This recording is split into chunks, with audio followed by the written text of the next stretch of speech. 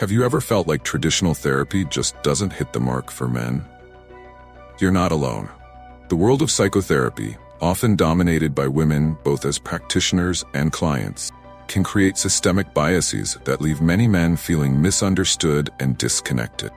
Why is it that the very process meant to heal and support can sometimes exacerbate the issues it aims to address? This is the dark side of therapy for men, a realm where conventional methods can fall short, leaving a void that few acknowledge. But don't despair. There are ways to navigate these challenges and find solutions that truly resonate. Let's dive into why traditional therapy might not be enough and uncover the paths that could lead to more effective support for men's mental well-being. In the realm of psychotherapy, an intriguing pattern emerges. The preponderance of women among both patients and therapists creates a systemic bias that subtly influences the therapy's effectiveness for men. This imbalance isn't just a matter of numbers, but profoundly affects the therapeutic process. Imagine a setting where the majority of participants and practitioners are women. It's easy to see how this might skew the therapy's approach, possibly neglecting issues more common among men, or failing to address them in a way that resonates with male patients. Men often find themselves at a disadvantage in this setup, where the therapeutic techniques and dialogue are predominantly tailored to women's experience. This can lead to a disconnect, making men feel their issues are less understood or validated. Consider a man who struggles with a problem, finds that traditional talk therapy doesn't align with his way of processing emotions or thoughts. Such misalignment can result in feelings of frustration and alienation, exacerbating the very issues therapy is meant to alleviate. Despite these challenges, it's crucial for therapy to evolve and adapt. By recognizing and addressing these biases, therapists can create a more inclusive and effective therapeutic environment. In the next discussion, we will delve into how men's unique ways of expressing emotions, often through actions rather than words, impact their experiences in therapy. Stay tuned to explore how this crucial aspect affects therapy's efficacy and what can be done to bridge this gap. When it comes to emotional expression, men often face a unique challenge. They tend to channel their feelings through actions rather than words. This contrasts sharply with the talk-based nature of traditional therapy. For instance, a man might engage in physical activities or tackle a challenging project to cope with emotions, whereas therapy typically emphasizes verbal processing. This difference can make men feel out of place or even ineffective in therapy sessions, where the focus is on discussing feelings rather than acting on them. Imagine a man who feels overwhelmed by stress but finds relief in hitting the gym or going for a run. In therapy, however, the expectation is to articulate this stress verbally. This mismatch can lead to frustration, a sense of being misunderstood. Men might struggle to translate their physical responses into verbal expressions, which can hinder their ability to benefit fully from conventional therapeutic methods. To bridge this gap, it's essential for therapists to recognize and adapt to these differences in emotional expression. This could involve integrating more action-oriented strategies into therapy, or finding ways to connect physical activities with emotional processing. In our next discussion, we'll explore how the distinction between behavioral and emotional disorders highlights different ways men and women experience and express emotional distress. Stay tuned to understand how these differing approaches can impact therapies. Men and women often experience emotional distress differently, which reflects in the types of disorders they're diagnosed with. Men are frequently diagnosed with behavioral disorders such as addiction, antisocial behavior, while women are more often diagnosed with emotional disorders like depression or anxiety. This distinction isn't just about labels. It reflects deeper differences in how men and women process and express their distress. For example, a man struggling with substance abuse might be seen as acting out rather than dealing with underlying emotional issues, which could be misconstrued as merely behavioral. Consider a man who turns to alcohol as a coping mechanism for underlying anxiety. While this behavior is labeled as a behavioral disorder, it's actually a manifestation of deeper emotional struggles. In contrast, a woman experiencing similar anxiety might be more likely to be diagnosed with depression, highlighting how emotional distress can be interpreted differently based on gender. This divergence in diagnosis underscores the need for a nuanced approach to therapy that recognizes these differences. Understanding these distinctions can help tailor therapeutic approaches to better address each individual's needs. The next topic will explore how cultural conditioning impacts men's approach to therapy, often making talk-based methods seem counterintuitive. Stay tuned to discover how deeply ingrained societal expectations influence the therapeutic process for men. From an early age, boys are often taught to solve problems rather than express their feelings. Cultural conditioning that profoundly affects how they approach therapy. This training can make traditional talk therapy seem counterintuitive for men who are conditioned to handle issues through action rather than dialogue. For example, a young boy might be encouraged to tough it out instead of discussing his feelings, leading him to approach therapy with the same mindset. This cultural expectation can create a barrier to effective emotional processing in therapeutic settings. Consider a man who, having been raised with the belief that expressing emotions is a sign of weakness, finds himself in a therapy session where he's expected to verbalize his feelings. This dissonance can make the therapy process feel unproductive or uncomfortable. The challenge is not just about the content of the therapy, but also about overcoming the ingrained belief that problem-solving should be action-oriented rather than reflective.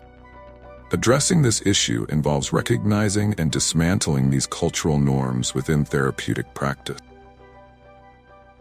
The next topic will delve into the specific challenges men face in couples therapy, where their struggle to articulate emotions compared to their female partners can make sessions feel unbalanced.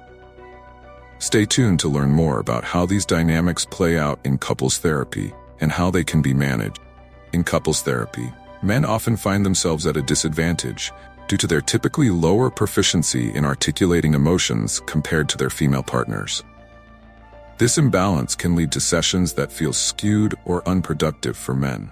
For example, if a man struggles to express his feelings verbally, while his partner is more adept at articulating her emotions, the therapy might inadvertently become a platform for her to voice concerns, leaving his issues inadequately addressed.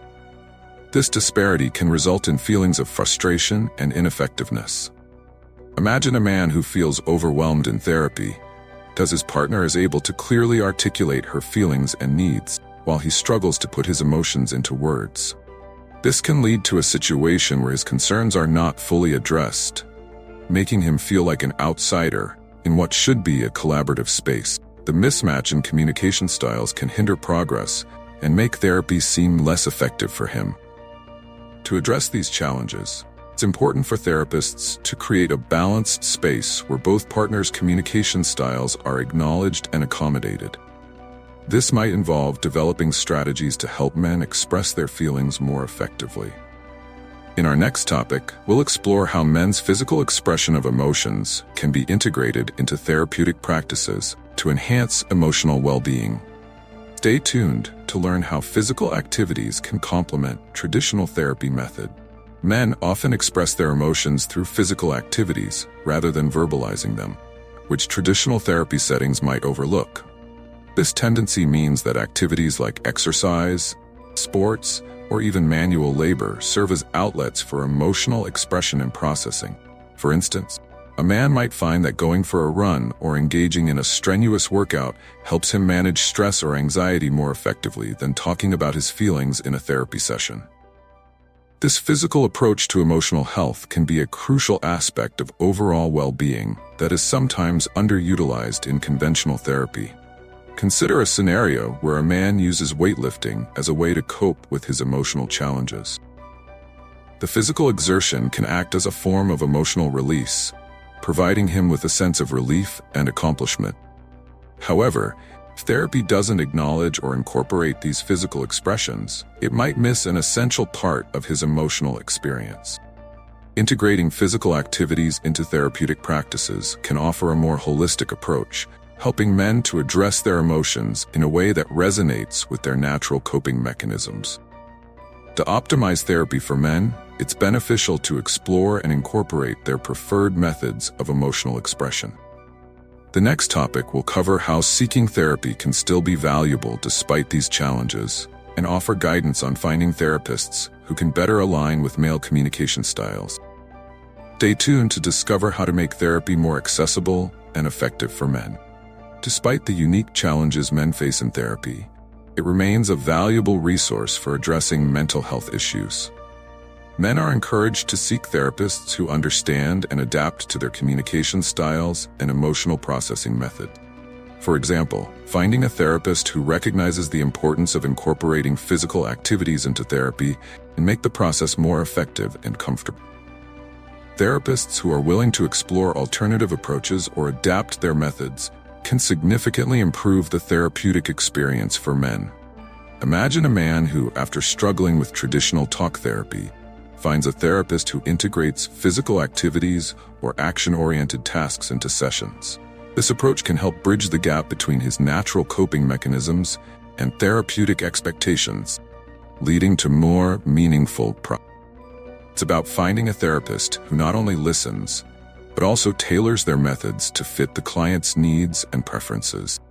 Navigating therapy effectively involves finding the right fit between therapist and client, especially when traditional methods may not fully align with one's personal experiences.